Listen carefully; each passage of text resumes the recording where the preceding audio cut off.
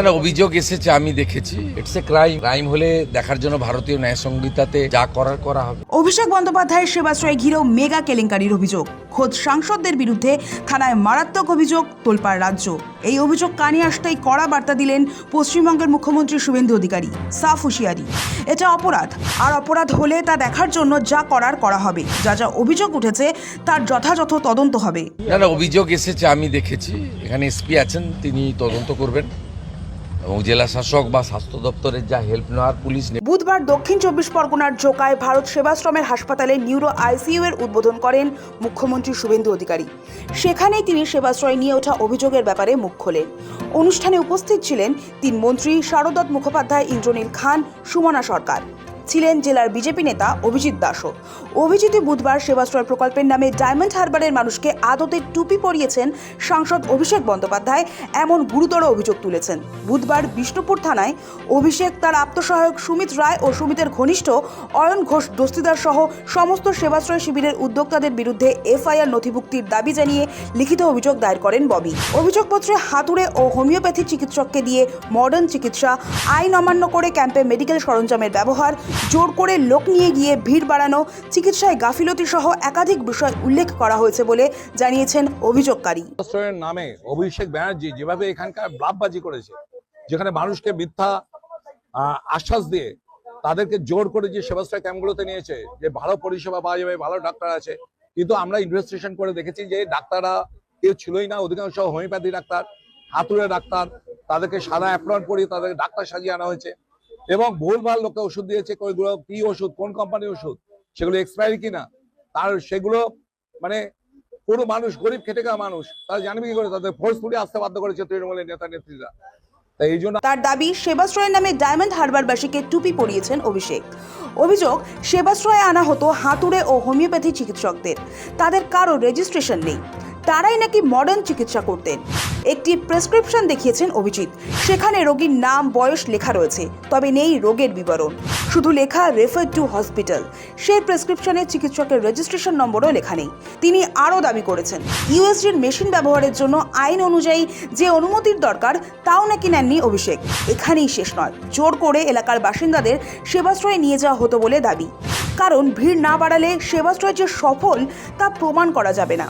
এছাড়া ওষুধের মান, মেয়াদ নিয়েও অভিযোগপত্রের প্রশ্ন তুলেছেন বিজেপি নেতা। সব মিলিয়ে খোদ তৃণমূল সাংসদ অভিষেক বন্দ্যোপাধ্যায় সহ 10 জনের বিরুদ্ধে বিষ্ণুপুর থানায় এফআইআর দায়ের করেছেন বিজেপি নেতা অভিজিৎ দাস। এবং এখানে আলট্রাসোনোগ্রাফি এর মেশিন ইউজ করা হয়েছে, এক্সট্রা মেশিন ইউজ করা হয়েছে, যেটা পিএনডিটি 1994 অ্যাক্ট অনুযায়ী এটা হচ্ছে কগনিটিভ অফেন্স, জেল জরিমানা দুটোই হবে, কারণ অনুমতি ছাড়া এটা কখনোই করা যায় না। সেখানে ও কিভাবে এগুলো করলো, কিভাবে ও এগুলো তার টুইটের মাধ্যমে, ফেসবুকের মাধ্যমে প্রচার করলো, আপনি দেখেছেন যে আপনার অভিষেক ব্যানার্জি তার নিজের টুইটেও দিয়েছে যে এখানে ডায়াগনস্টিক সেন্টার করেছে এবং ওর এখানে এই সমস্ত হোমিওপ্যাথি ডাক্তারগুলো তাদেরকে নিয়ে ও সমস্ত এখানটা ট্রিটমেন্ট করিয়েছে, যাদের অ্যালোপ্যাথিক ওষুধ প্রেসক্রিপশন করার যাদের অধিকারী নেই। এই প্রত্যেক ডাক্তার হচ্ছে হোমিওপ্যাথি ডাক্তার এখানটায়। এবং আপনি দেখতে পাচ্ছেন যে প্রেসক্রিপশনগুলো দেখলেও আপনি বুঝতে পারবেন যে এগুলো কোনো ডাক্তারের প্রেসক্রিপশন হতে পারে, আপনার মনে হয়? হ্যাঁ, এই যে বিষয়গুলোকে নিয়ে আমি পুরো তুলে ধরেছি। এবং সবচেয়ে বড় কথা, এত যে কোটি কোটি টাকাও পেল, এ টাকার উৎসটা কোথায়? প্রচুর আমার কাছে অভিযোগ আছে যেখানটায় ও বিভিন্নভাবে ও মানুষকে টাকা দেয়নি।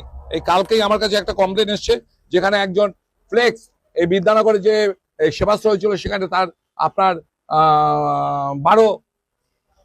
11 লক্ষ টাকা তার দেয়নি। এইরকম কোটি কোটি টাকা লোকের বাকি করে গেছে ডায়মন্ডবাসীর এই দক্ষিণ। এই সেবাশ্রয় নিয়ে বুধবার মুখ খোলেন মুখ্যমন্ত্রী। সাফ বলেন, অভিযোগ নজরে এসেছে এবং জেলার পুলিশ সুপার তদন্ত করবেন। এটা ক্রাইম, পুলিশ দেখছে। তদন্তে পুলিশকে যা সহযোগিতা করার স্বাস্থ্য দফতর ও জেলা শাসকরা করবেন। মুখ্যমন্ত্রী আরও জানান, তদন্তে যদি কোনো ফৌজদারি অপরাধের প্রমাণ সামনে আসে তাহলে ভারতীয় ন্যায় সংহিতার সংশ্লিষ্ট ধারায় আইনানুগ ব্যবস্থা নেওয়া হবে। না অভিযোগ এসেছে, আমি দেখেছি। এখানে এসপি আছেন, তিনি তদন্ত করবেন এবং জেলা শাসক বা স্বাস্থ্য দপ্তরের যা হেল্প নেওয়ার পুলিশ নেবে। ইটস এ ক্রাইম হলে দেখার জন্য ভারতীয় ন্যায় সংহিতাতে যা করার করা হবে। আগে সেবাশ্রয় নিয়ে সংবাদ মাধ্যমে মুখ খুলেছেন এক চিকিৎসক। তিনি সেবাশ্রয়ের ক্যাম্পে থাকতেন বলেই দাবি। ঠিক কি অভিযোগ তার?